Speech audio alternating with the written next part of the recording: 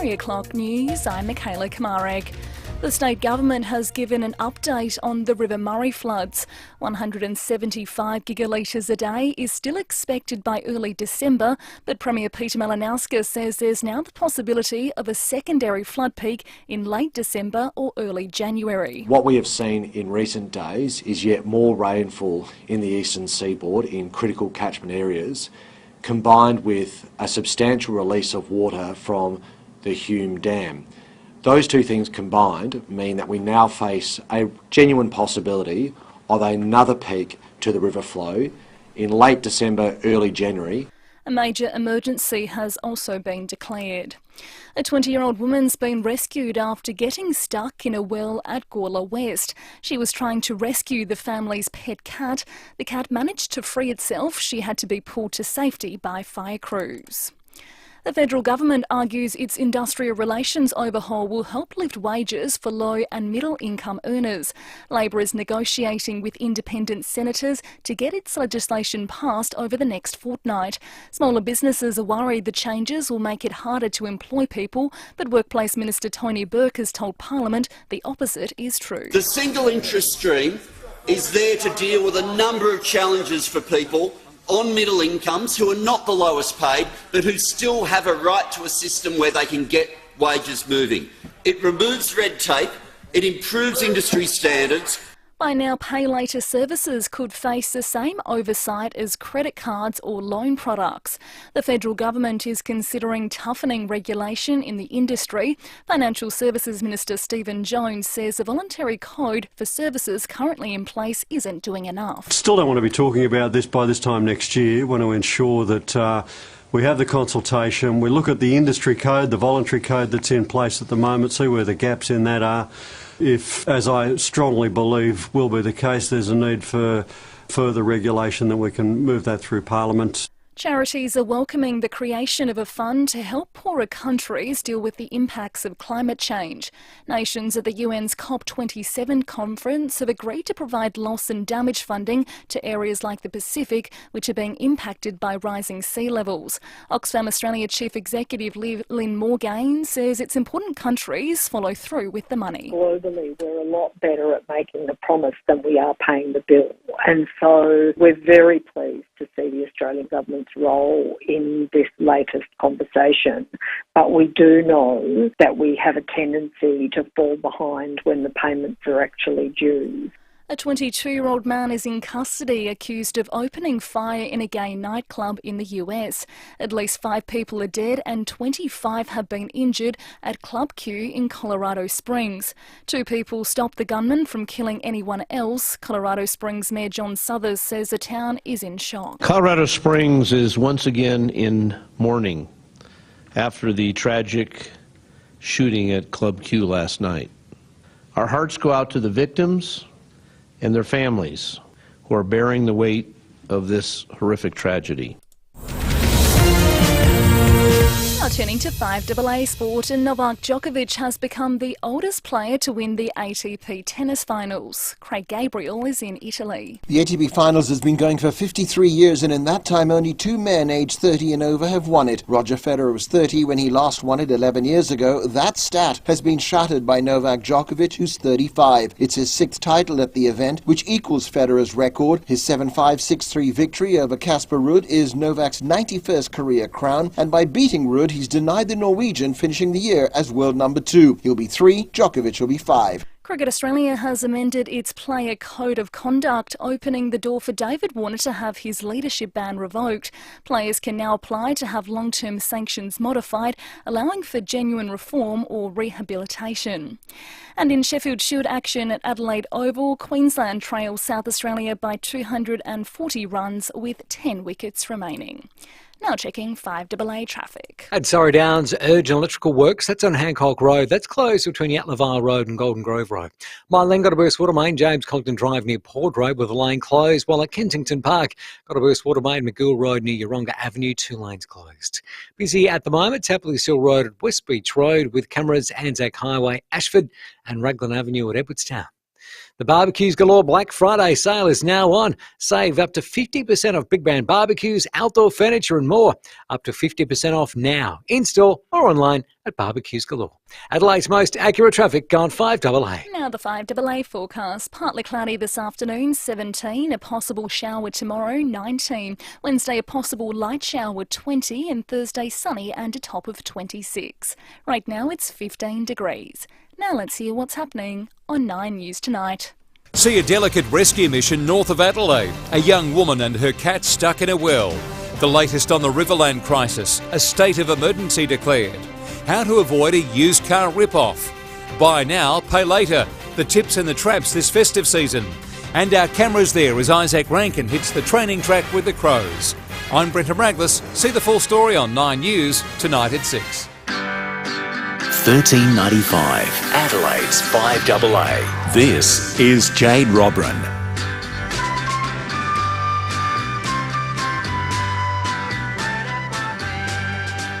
Welcome back to Afternoons. It's 9 minutes past 3 o'clock. I did promise you Dr. Derek McNair, and we will talk pet talk in just a few short moments. But as you just heard, Peter Malinauskas, he has addressed the media. The looming River Murray flood crisis here in the state, it has been declared a major emergency, and the Premier has given Police Commissioner Grant Stevens some powers to deal with that. Here is the press conference. South Australians will be aware that for some time we have been in receipt of ever updated modelling regarding River Murray flows. Today, the latest modelling remains that we've already put on the public record for a probable river flow of 175 gigalitres a day, with other scenarios for a moderate or lower probability up to 220 gigalitres a day. We anticipate that on Thursday we'll receive yet another update to that modelling, and when we receive it, of course, we'll be releasing it publicly. But today, at the Emergency Management Council Cabinet Committee meeting that was convened, we did receive new information from the Department of Environment and Water regarding the potential for another peak to occur in late December, beyond the peak that is currently forecasted for the beginning of December. To just explain that a little bit, what we have seen in recent days is yet more rainfall in the eastern seaboard in critical catchment areas, combined with a substantial release of water from the Hume Dam. Those two things combined mean that we now face a genuine possibility of another peak to the river flow in late December, early January, that may be in excess of what the current forecasts provide for. At the very least, we face the prospect of a elongated and protracted high river flow situation, which does elevate the degree of risk associated with this event. Having received this information this afternoon, the Police Commissioner has decided to declare a major emergency under the Emergency Management Act. This is a decision that has the full support of all of the key agencies, most importantly of which is the SES as the control agency, led by the State Controller, Chris Beattie. It is also a decision that, not surprisingly, enjoys the full support of the state government. By declaring the major emergency, it enables the Police Commissioner to undertake a suite of additional actions that may otherwise not be possible without the declaration, providing yet another layer of coordination on what is already a very substantial effort to try and do the best we can to prevent the things that are preventable, respond to the things that we know are coming, and then make sure that we're in the best state of preparedness for the inevitable recovery effort that will be required. The nature of this event is different to other major emergencies that the major emergency declaration is normally used for. Normally, in the ordinary course of events, notwithstanding COVID, the major emergency declaration occurs once an event has commenced, typically the best example of which is a bushfire. We're doing this ahead of the game. When I say we're doing this, the Police Commissioner has decided to do this ahead of the game, just to make sure that we're in the best possible position of preparedness that is available to us. And of course, it's a decision given that information that we were in receipt of today. I'm joined today by the State Controller, the the SES Chief Chris Betty, along with the Police Commissioner Mr Grant Stevens, the Minister for Emergency Services Joe Sokaj, but also Ben Bruce, who is the Executive Director from the Department of Environment and Water responsible for the River Murray. Mr Bruce's team at the Department of Environment and Water have had an incredibly complicated task that they've been responsible for in trying to forecast those river flows. This is a moving feast that is technically complicated and very much dependent upon multiple sources of data, principally from the Commonwealth Government, from both the from the Murray-Darling Basin Authority and also the Bureau of Meteorology. But these forecasts, every time we receive them, they tend to go up. We now have the prospect of a second peak, which could potentially be even higher than the first. And given that, the major emergency declaration has now been put in place, and that is also, I think, quite useful ahead of the visit to the Riverland tomorrow. The entirety of the Cabinet will be on the ground in the Riverland tomorrow. I decided to make arrangements for that last week, given the expanding scope of the event, and of course the fact that multiple government agencies now have a degree of responsibility across a suite of areas regarding this emergency response, but also the impact on Riverland communities more broadly. Tomorrow we will announce the relief package that Treasury has put together, with some finishing touches being made this afternoon, and we will also be announcing our local recovery coordinator. The Emergency Management Declaration does provide for an Assistant State Commissioner responsible for recovery to be put in place. That is quite separate to the local recovery coordinator, who will be appointing and announcing tomorrow. So first, I'd like to hand over to the SES Chief, Chris Beattie. But before I do so, there's just a couple of remarks that I want to make in regards to the SES. The SES is made up of thousands of volunteers throughout the state, and they have had their work cut out of them for them in a very substantial way over recent weeks. If it's not a slow grind in respect to this flooding event, it's the harshness and quickness of response that has been required in regards to the severe storm that we saw the weekend before last. The SES have been at the front line of all of that, principally led by a team of volunteers. I mean, just on the weekend, across 5 sandbag deployment stations in the Riverland, we had teams of volunteers working around the clock to see to the provision of thousands upon thousands of additional sandbags to the Riverland community. A lot of work has been going on behind the scenes to put us in the best possible state, given difficult circumstances. I mean, just take the sandbag situation alone. There is a national shortage of sandbags as a result of the eastern seaboard flooding that has been well documented. Yet here in South Australia, we've been able to secure the supply of hundreds of thousands of additional sandbags that are available to Riverland communities and, in fact, river communities generally. That's been a big undertaking, and that's just sandbags alone, let alone all the other effort that is required.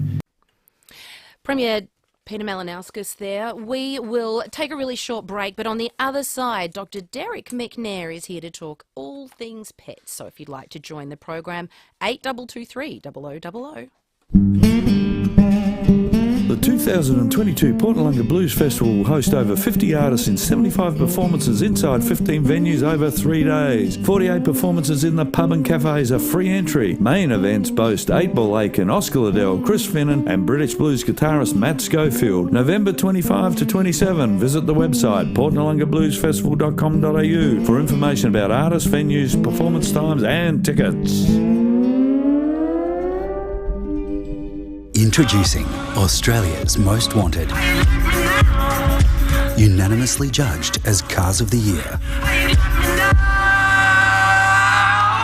The fully electric Kia EV6, winner of Wheels Car of the Year. And the Kia Sportage, Drives Car of the Year. To pick your side in this sibling rivalry, visit kia.com.au. Kia. Movement that inspires. Tabby or tortoiseshell, black or brown dog at RSPCA. They love all breeds, but their favourite breed is rescued. Open your heart and home to an RSPCA rescue. Currently, they have hundreds of animals in care waiting for their forever home. Every animal needs a place to call home, to feel loved and give love unconditionally. When you adopt, you can feel their appreciation. You came during their hour of need, and when you sign their adoption form, you become their hero, and they will love you forever for it. Find the perfect pet to join your family. Call into the RSPCA Lonsdale Shelter, Mayor Road, Lonsdale, or search their website for the gallery. Visit rspcasa.org.au. Be ready for life's ups and downs with Bupa. Get extras cover from under $3.50 a week. Search Bupa Extras cover. Bupa, because life happens.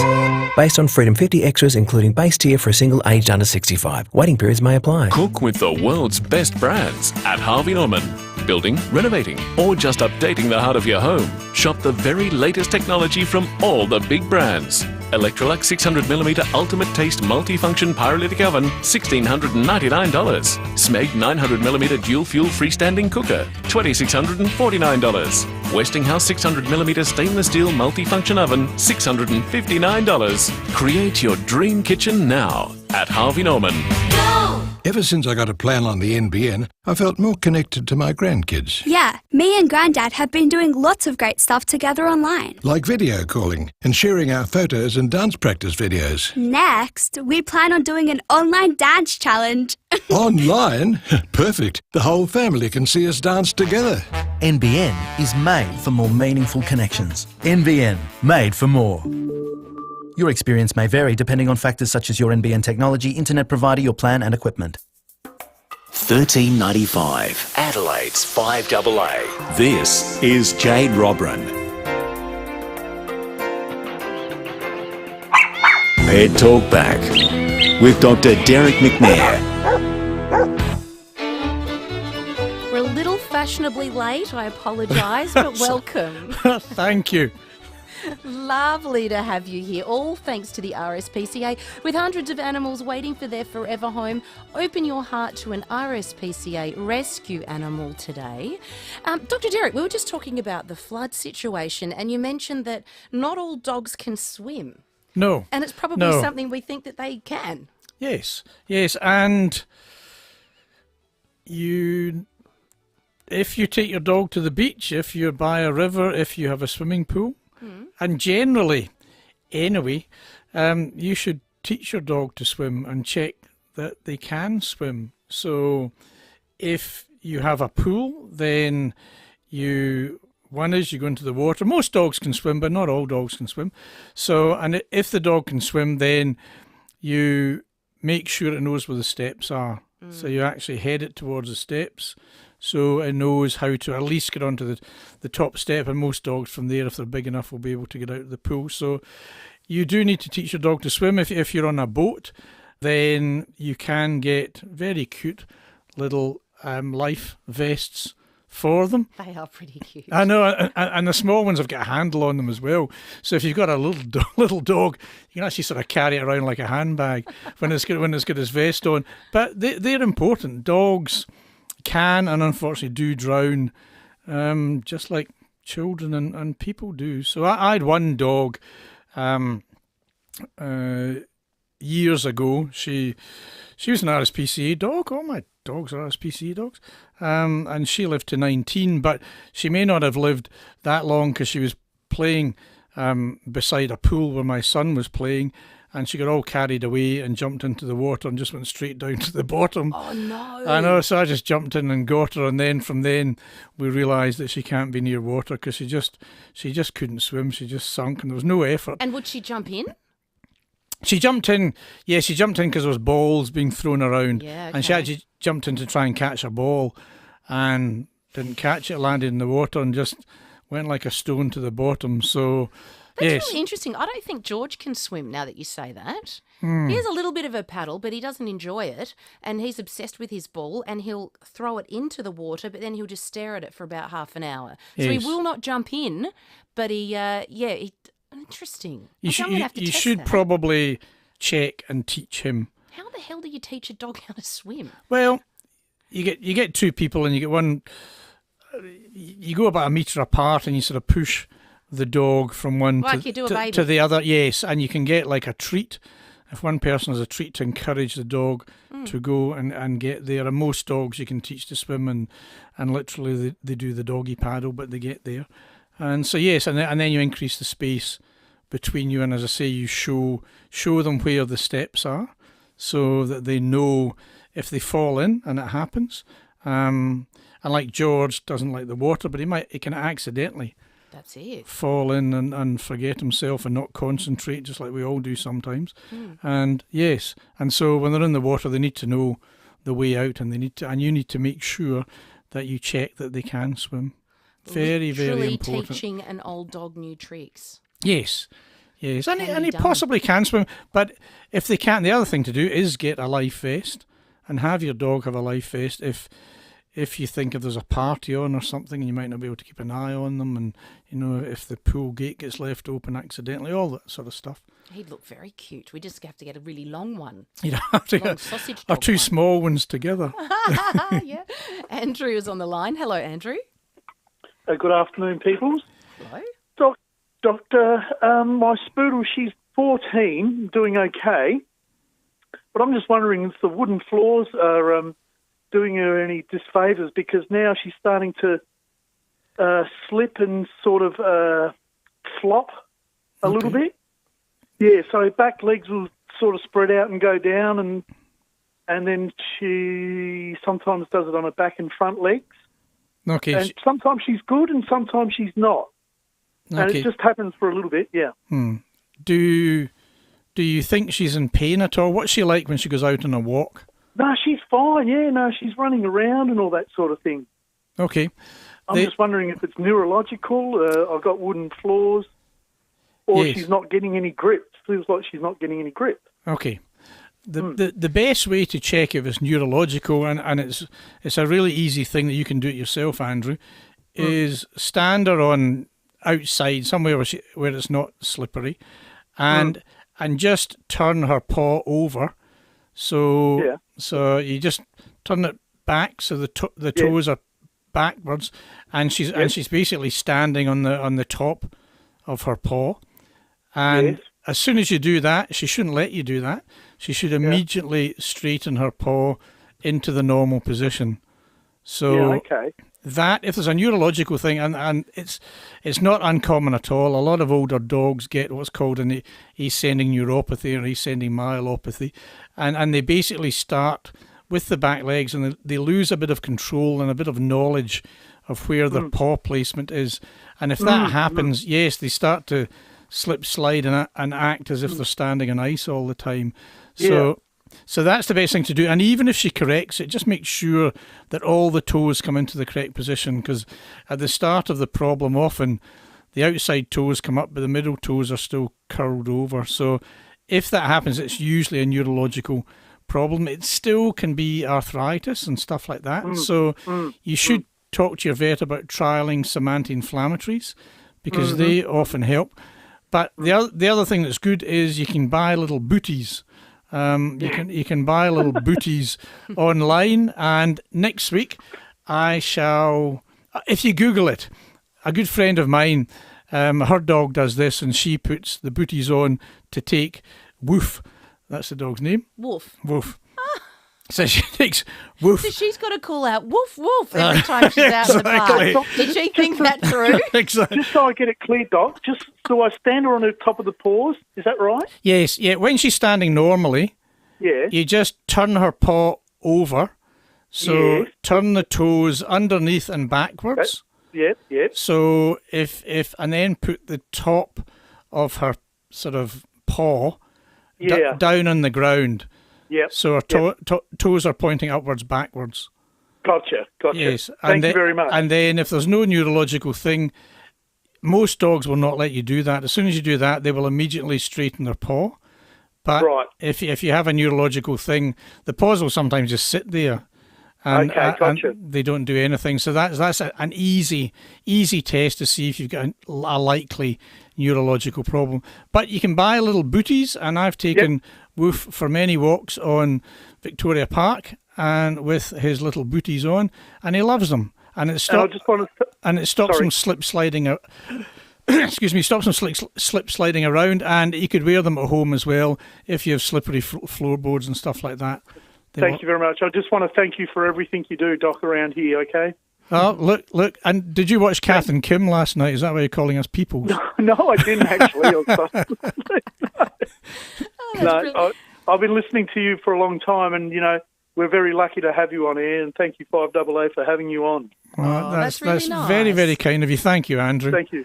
Yeah, and good luck. Thank you. So basically you're describing like a ballerina would bend her foot. Yes. It's sort of tipping it over, and so the toes, the pads are actually pointing upwards behind the foot. So, and you're getting to rest in the front. Generally, with that condition, it starts in the back legs. So you'll often be able to compare the front and the back legs. The front legs, you can virtually never do it. You turn their paw over and they immediately straighten it back up into the correct position again. But it generally starts in the back legs. So that's often the first test we do to try and think, maybe there's a neurological problem beginning. If it is that, anti-inflammatories sometimes help, but they also sometimes don't, and so physiotherapists sometimes help, getting exercises to do in your dog's leg. That can help a lot. Got to work on their inner thigh muscles. Yes. Is there really a physio for dogs? Yes. Well, I guess and I used to be, I have to be honest, I used to be a bit dubious. Cynical, dubious about them, and then I had a dog a few years ago who got this problem. And I tried a lot of different things, and I couldn't get any improvement. And so I sent the owner and her dog to a physiotherapist, and she got huge improvement. So now I'm a big fan of them, and they can make big differences. Oh, how good's that? Well, thank you very much, Dr. Derek, for coming. Next week we might touch on grass seeds. If the sun keeps shining, then we may have a reason to talk about. Well, we're actually getting them already. We're getting lots of problems already, so we'll talk about that next week. Sounds like a good plan. Thank you very much. That is Dr. Derek. Thanks to RSPCA. With hundreds of animals waiting for their forever home, open your heart to an RSPCA rescue animal today.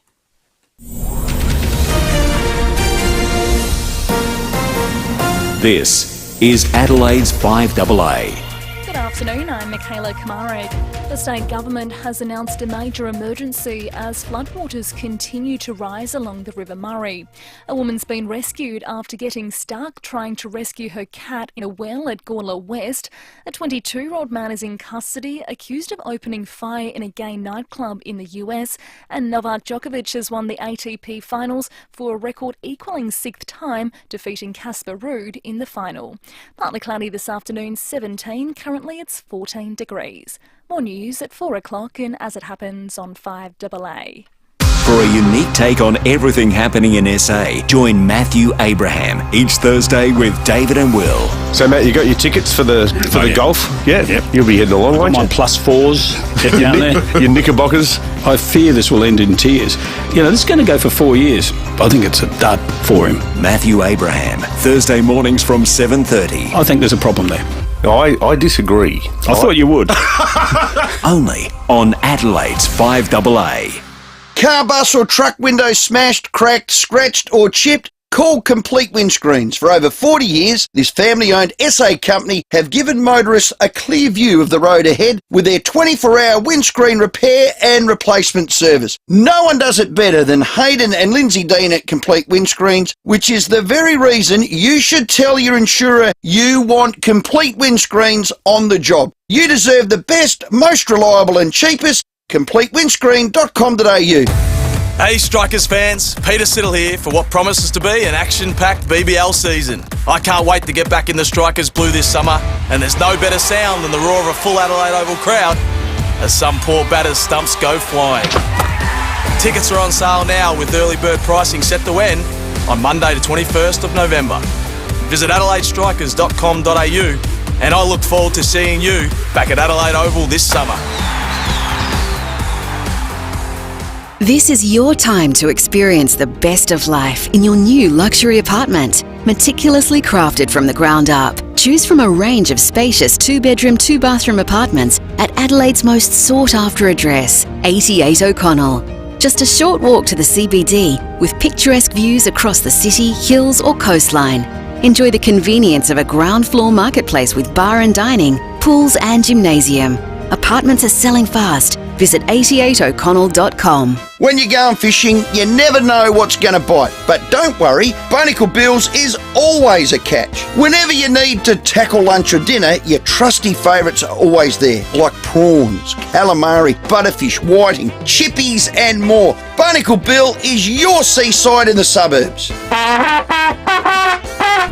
Hey, Rowey, do you want this calamari?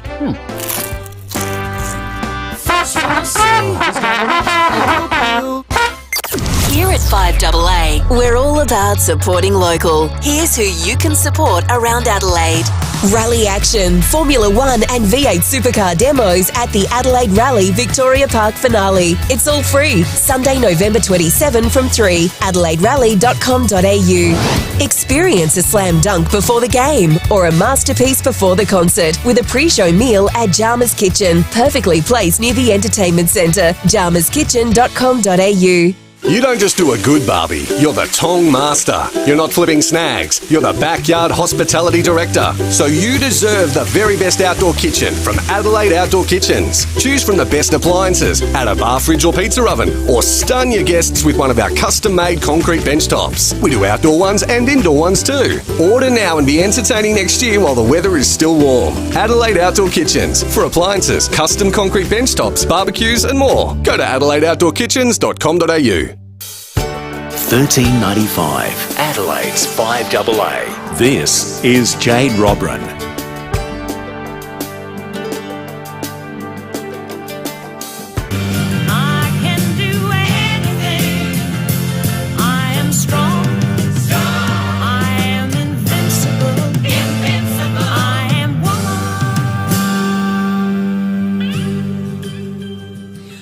Australia has produced some of the world's most incredible performers, and sadly we did lose two of them just recently, Olivia Newton-John and Judith Durham.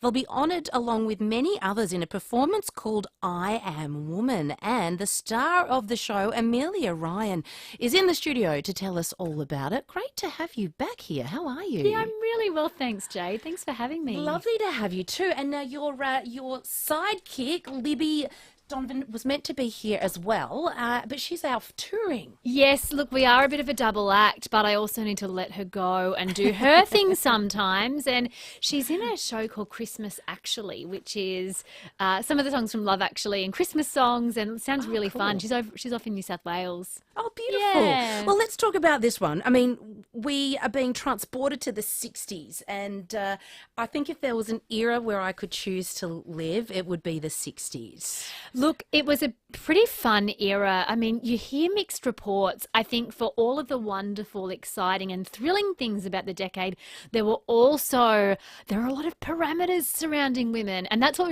we really explore in the show, because Australia was a little slower to catch on than some of the other countries. So, yeah, we had a lot of fun poking around in the research for that and looking at what women could and, more importantly, couldn't do back then.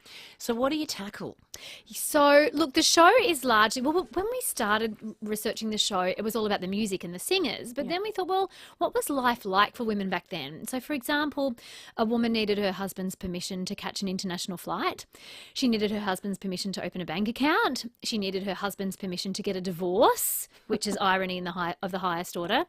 A woman was fired from the public workplace once she got married, let alone fell pregnant. So I'm 20 weeks pregnant, so I would have been out of a gig. Oh, congratulations.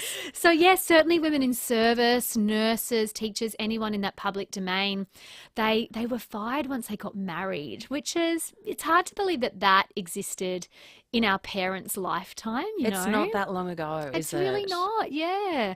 And so we look at how these social constructs affected singers and women in the entertainment industry.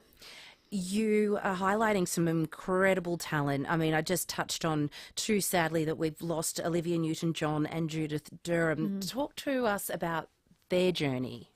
Yeah, so look, Judith and Olivia really cut through. I mean, they were so incredibly successful. Olivia, of course, she sort of had her roots grounded in television, which a lot of the girls did. So a lot of the girls back then, to make it as a singer, you first had to make it on TV in shows like Bandstand or The Go Show, The Johnny O'Keefe Show, all of these fabulous shows that gave women their big break. But to get onto TV, a lot of these women had to look and sound a certain way and conform to those ideals of what a woman should do and what they should say. And that was very much the spirit of the 60s, especially in Australia. So, yeah, Olivia and Judith, that's where they started. And then they were surrounded by other singers, like there was Little Patty and Nolene Batley. She was the first girl to ever have a #1 hit in Australia, which I think is really cool. First girl to ever have a #1 with a song called Barefoot Boy, which we do in the show. And she was only 14 or 15 at the time.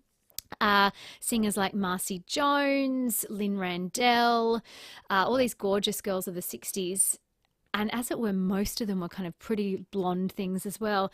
But then the show kind of starts in the early 60s, and then we get right through to the early 70s. And by that stage, things had really changed. And How so? Well, for one, it was the 70s. So it was the dawn of the avant-garde, Hare Krishnas, hallucinogenic drugs, all those things that also sound quite wild and wonderful. Woodstock, exactly. Vietnam, all these things, they really changed the game, and it was reflected musically. But something really incredible in Australia that happened was two women, and I'm sure some of your listeners will be familiar with this story. Back in the early and mid-60s, most of the public bars, as in drinking pubs around Australia, were a white male domain. So the women had to wait in the ladies' lounge or in the car for their hubby to bring them out of shandy.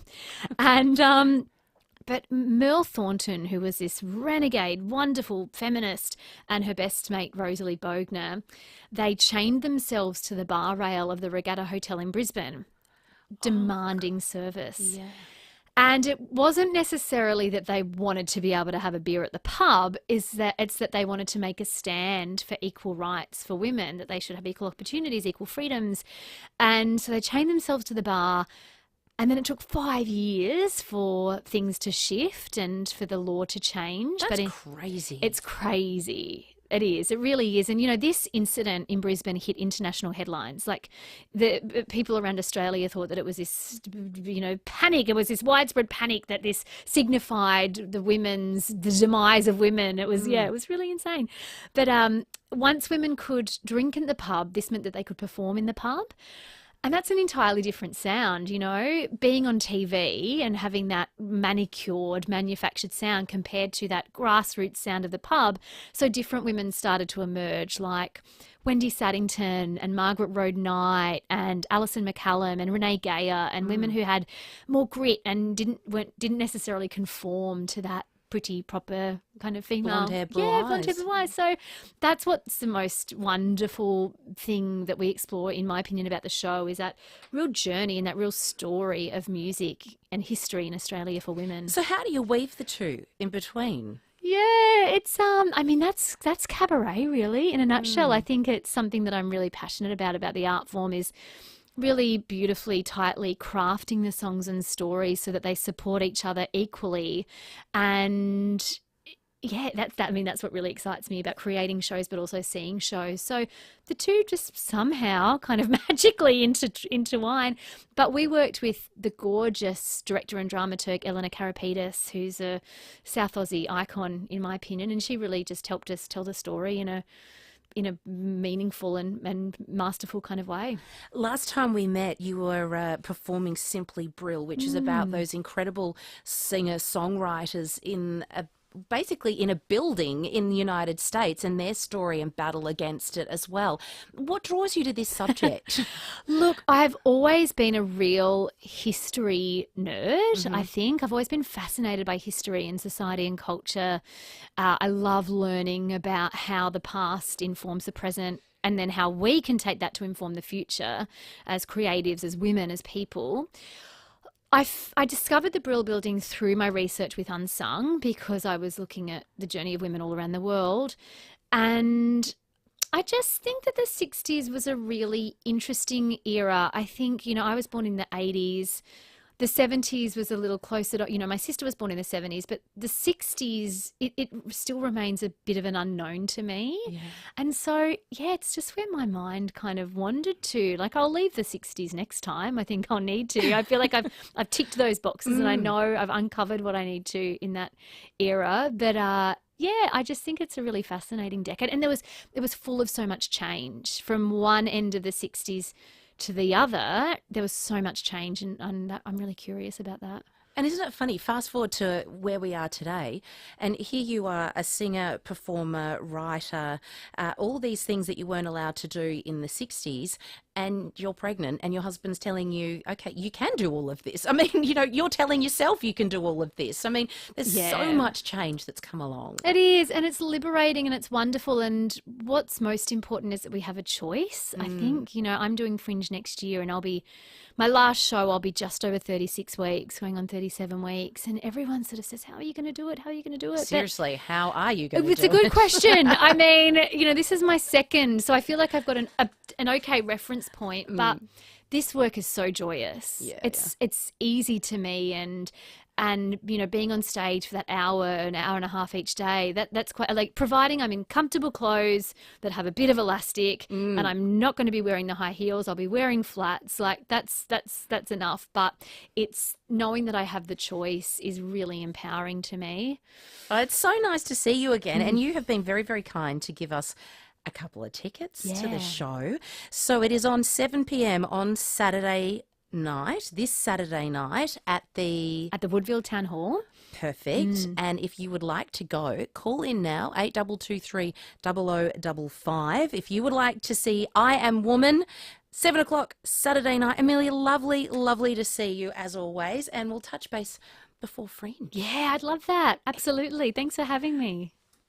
It's value the Australian way this Christmas at Coles. With Cadbury Favourites box chocolates, $3.34 to $3.73 gram, better than half price. Perfect for entertaining or last-minute gifts. Offer ends Tuesday, only at Coles, while stocks last. There's no right way to celebrate Christmas, but there is a right place. Somewhere to be surrounded by friendly faces and free to celebrate Christmas your way. With refurbished accommodation, function spaces and stunning views, the Novotel Barossa Valley Resort is perfect for any group's festive getaway. Turn your Christmas celebrations into a whole weekend and enjoy the on-site Endota Day Spa or adjacent to Nunda Pines Golf Course. Request a proposal for this year's Christmas celebrations today at novotelbarossa.com. Our pets can be such a comfort, and to some of us, they are really part of the family. So show them you care and head into your local Cheapest Chips for amazing catalogue deals out this Wednesday. There's loads of great deals, like the new Dog Ability Tunnel at the introductory price of $35 and the new Dog Agility Training Set at the introductory price of $85. Call into your nearest Cheapest Chips to grab your pet an Outback Buddy toy, only $12. And don't forget to pick up a Holy Plush training mat starting from $12. Plus, you can't miss the Mega Cat Scratcher. It's huge at 1.3 metres tall and a must-have for your feline friend, only $69. Get to your local Cheapest Chips for amazing catalogue deals out this Wednesday. Even pets live cheaper every day at Cheapest Chips. Getting to the shops can be a race against time. Thankfully, there's a new Cafe de Villiers Elizabeth with 24/7 drive-through. You're on a winner because every drive-through purchase at Cafe de Villiers Elizabeth gives you a chance to win the ultimate Valo Adelaide 500 experience for you and 3 mates. Now till November 28th, see in store for details. Grab a bite anytime at Cafe de Villiers Elizabeth, corner Main North Road and Elizabeth Way. Cafe de Villiers, family-friendly food, open 24/7. Cook with the world's best brands at Harvey Norman. Building, renovating, or just updating the heart of your home. Shop the very latest technology from all the big brands. Electrolux 600mm Ultimate Taste Multifunction Pyrolytic Oven, $1,699. Smeg 900mm Dual Fuel Freestanding Cooker, $2,649. Westinghouse 600mm Stainless Steel Multifunction Oven, $659. Create your dream kitchen now at Harvey Norman. Okay, you've found your ideal block of land. Perfect location, perfect lifestyle. Now, it's time to stroll through the urban at the Selector Homes Display Village. Intelligently designed for a narrow block, the urban is packed with space to suit a young family or your upcoming retirement. Contemporary facades, stone facing, staying courtyard. You'll make the neighbours jealous. Visit the Urban at the Selector Homes Display Village, Port Wakefield Road, Burton. $13.95. Adelaide's FIVEAA. This is Jade Robran. Welcome back. It's 12 minutes to 4 o'clock, and of course, after 4 o'clock, it is the Sports Show with Rowey and Timmy G. And Rowey joins us now. G'day, mate. Hey, Jade. The 1 to 4 year players are all back, so Port's Connor Rowey will join us. What a star he is. Went away to the US. Super fit. Oh, God, he's a star. Crows high performance manager Darren Burgess will also join us. Bex is in the building. We're going to talk the World Cup. We're going to talk about Qatar. Haven't exactly rolled out the red carpet and, said, welcome to the Western world. What they've done is they've pulled the beer. Here, there is no beer. So what gets up my goat with this is they bid for it. They say we're going to do A, B, C and D. You get there and there is no beer. So you're not exactly getting what you're paying for, but are any of us surprised with a regime like that? No. I mean, honestly, get Nick to the rest of them. Beckham's been hammered, hasn't he? Oh, what happened there? Well, he's the face of Qatar. I think he's pocketed millions and millions, maybe even 200 million to basically be the face of Qatar. Okay. And he's this big pin-up guy, and everyone's turned on him saying in one foul swoop, he has completely ruined his reputation around the world. He has. You put your name to those Islamic and he's such regimes. a gay icon as well, Yeah, and there they've you go. got There you those go. rules over there, and they're just like, nah, Yeah. Beckham, sorry, you've sold out, mate. Yeah, you have sold out. Money talks, and we'll walk at 4 o'clock. We'll see you then. Thanks, legend. Appreciate it.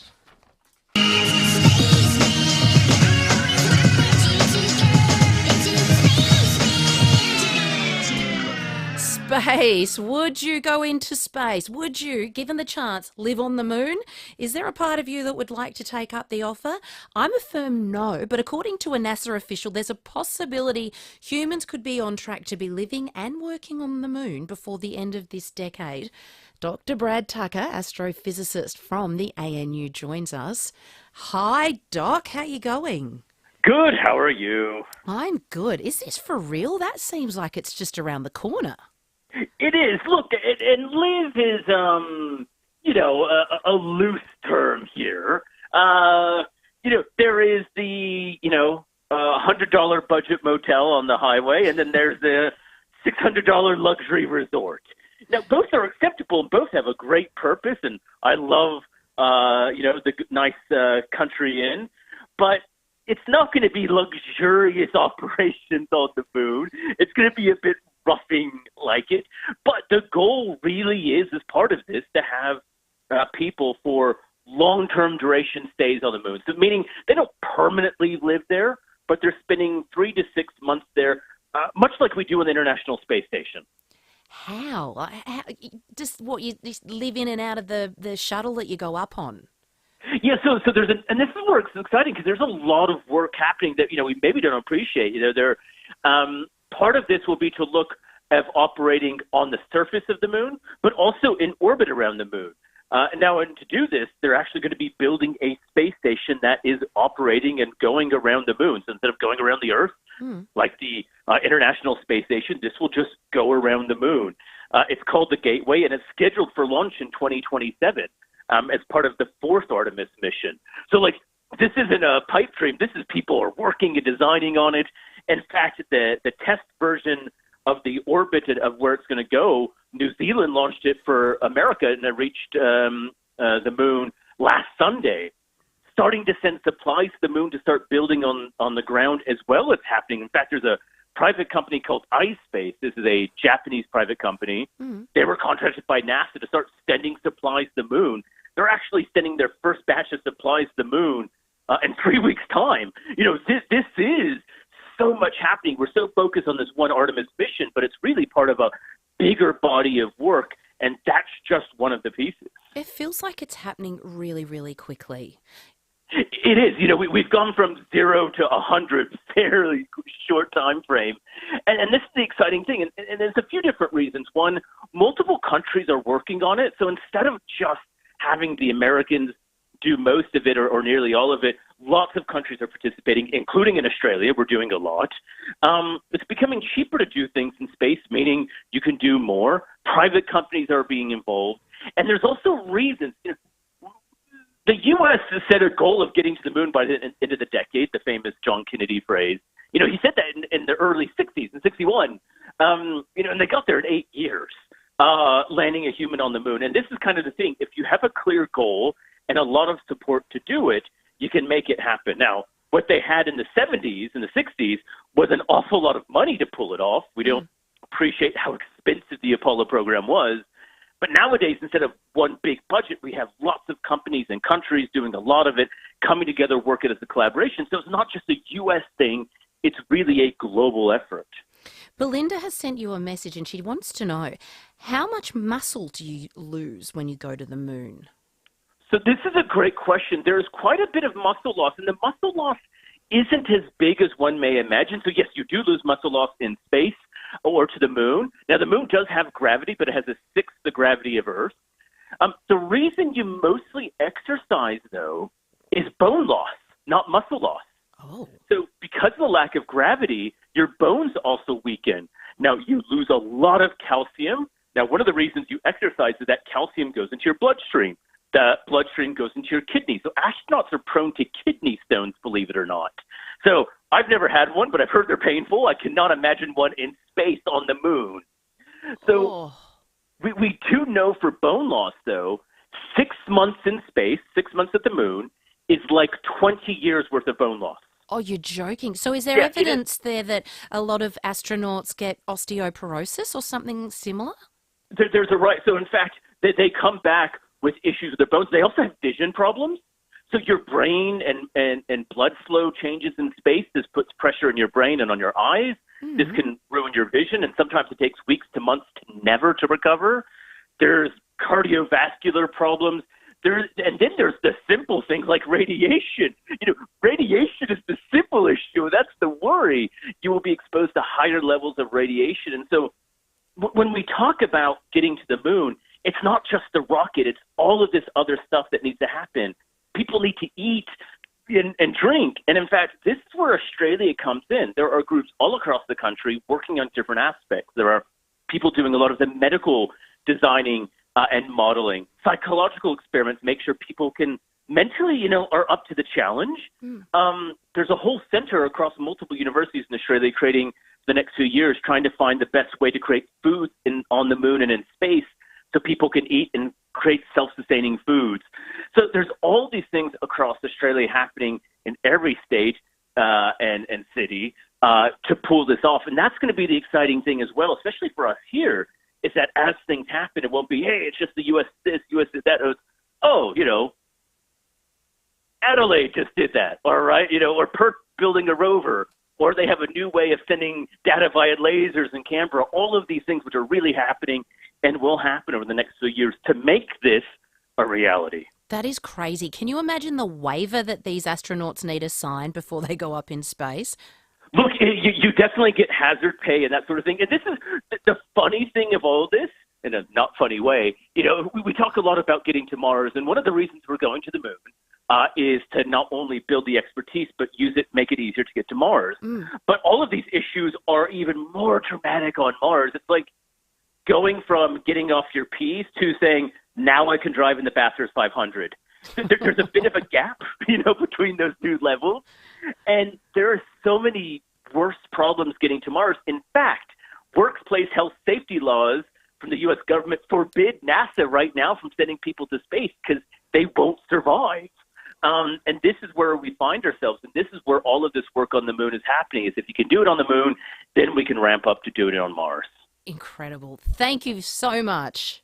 No worries. Thanks. See ya, Dr. Brad Tucker there. And that is a wrap from us. You can tune in to the live stream thanks to Foodland Supermarkets and watch the Sports Boys up next. We're going to jump into the newsroom, get all the updates, and then a big day in sport. Thank you so much for joining us on the program today. Can't wait to chat with you again tomorrow. Have a fantastic afternoon. See you later. Hi Calvin, it's Michael from Automasters here. I've just got your car on the hoist and I just wanted to show you. Now you can see what we see. The engine oil is very